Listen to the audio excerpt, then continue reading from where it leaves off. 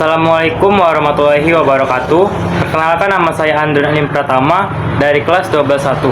Pada kesempatan kali ini saya akan membuat tugas video praktek, yaitu tugas sejarah, membuat pembawaan berita tentang konflik Kamboja dengan guru mata pelajaran yaitu Bu Dian Handayani SPD MPD. Baiklah, terima kasih, selamat menyaksikan.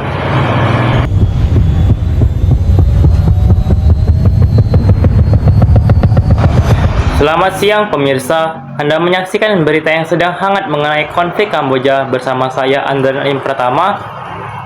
Pada kesempatan kali ini saya akan membahas sebuah konflik besar yang pernah mengguncang kawasan Asia Tenggara, yaitu konflik di Kamboja. Konflik ini tidak hanya menyebabkan perubahan besar dalam pemerintahan Kamboja, tapi juga menimbulkan krisis kemanusiaan yang menelan jutaan korban jiwa serta berdampak luas hingga ke negara-negara tetangga. Lantas, bagaimana awal mula konflik Kamboja terjadi? Apa penyebab utama munculnya perang dan kekerasan? Serta, bagaimana dampak konflik tersebut bagi masyarakat Kamboja hingga saat ini? Berikut laporan selengkapnya. Pemirsa, konflik Kamboja tidak dapat dilepaskan dari kondisi politik dan sosial negara tersebut pada pertengahan abad ke-20. Setelah merdeka dari Prancis pada tahun 1953, Kamboja dipimpin oleh Pangeran Norodom Sihanouk. Pada awalnya, Kamboja berusaha bersikap netral di tengah memanasnya perang dingin antara blok barat dan blok timur. Namun situasi mulai memburuk ketika perang Vietnam meluas hingga ke wilayah Kamboja.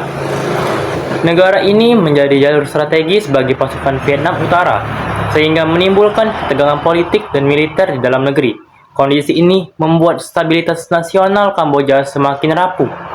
Ketidakstabilan tersebut memuncak pada tahun 1970 ketika Jenderal Lon Nol melakukan kudeta terhadap Pangeran Norodom Sihanouk dan membentuk pemerintahan Republik Khmer yang didukung oleh Amerika Serikat.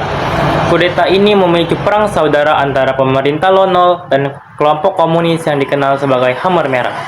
Pemirsa, kelompok Khmer Merah dipimpin oleh Pol Pot, seorang tokoh komunis radikal yang terinspirasi oleh ideologi Maoisme dari Tiongkok. Khmer Merah menjanjikan masyarakat tanpa kelas, tanpa perbedaan kaya dan miskin, serta bebas dari pengaruh asing. Janji-janji tersebut menarik simpati masyarakat pedesaan yang merasa tertindas oleh pemerintahan sebelumnya. Pada tahun 1975, Khmer Merah berhasil merebut ibu kota Phnom Penh dan mengambil alih kekuasaan. Namun, alih-alih membawa kesejahteraan, pemerintahan Khmer Merah justru menerapkan kebijakan yang sangat ekstrim.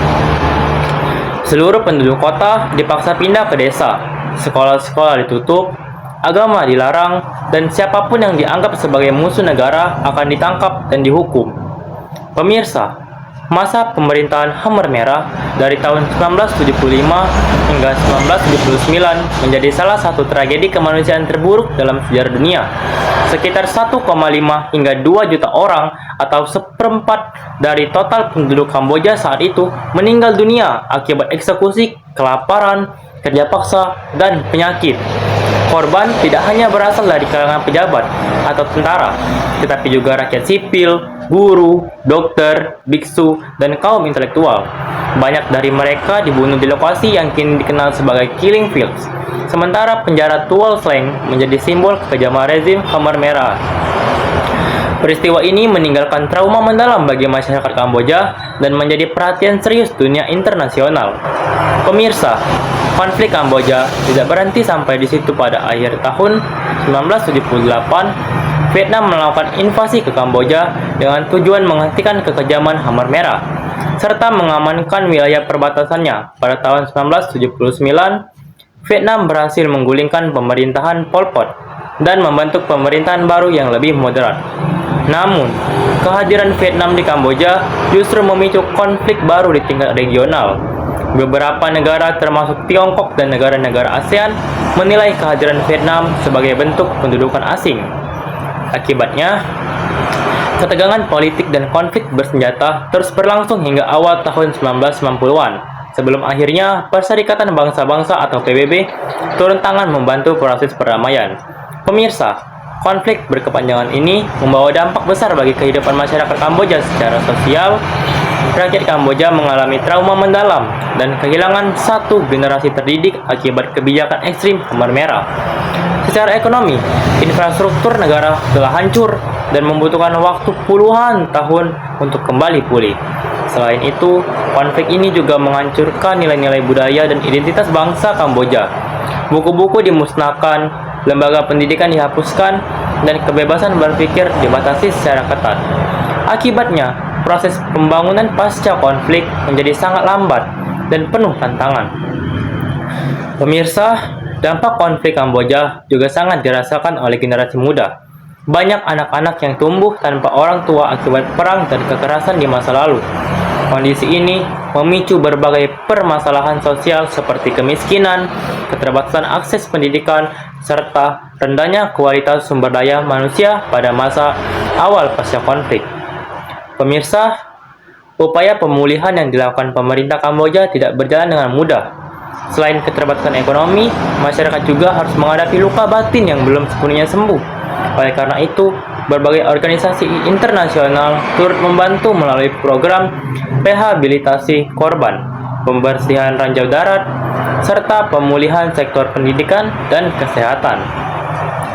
Pemirsa, dalam rangka menegakkan keadilan, pemerintah Kamboja bersama Perserikatan Bangsa-Bangsa membentuk pengadilan khusus yang dikenal sebagai Extraordinary Chambers in the Courts of Cambodia atau ACCCC. Pengadilan ini bertujuan mengadili para pemimpin Khmer Merah yang bertanggung jawab atas kejahatan kemanusiaan. Meski prosesnya berjalan lambat dan menghadapi berbagai kendala, langkah ini menjadi upaya penting dalam mengungkap kebenaran sejarah. Pemirsa, dari sisi hubungan internasional, konflik Kamboja memberikan pelajaran berharga bagi kawasan Asia Tenggara. Peristiwa ini mendorong negara-negara ASEAN untuk memperkuat kerjasama regional dan menyelesaikan konflik melalui jalur diplomasi. Prinsip dialog, perdamaian, dan saling menghormati kedaulatan menjadi fondasi penting dalam menjaga stabilitas kawasan. Kini, Kamboja perlahan bangkit dan berusaha membangun masa depan yang lebih damai dan stabil. Sektor pariwisata, pendidikan, dan ekonomi pun mulai berkembang, meskipun sisa-sisa konflik seperti ranjau darat dan trauma sosial masih menjadi tantangan. Situs-situs sejarah dijadikan sarana edukasi agar tragedi serupa tidak terulang kembali. Namun pemirsa, hingga saat ini, konflik belum sepenuhnya berakhir. Dalam beberapa tahun terakhir, ketegangan kembali muncul antara Kamboja dan Thailand terkait sengketa wilayah perbatasan, khususnya perebutan kuil kuno seperti Preah Vihear dan Tam Nguyen Tom yang berasal dari masa kolonial Prancis.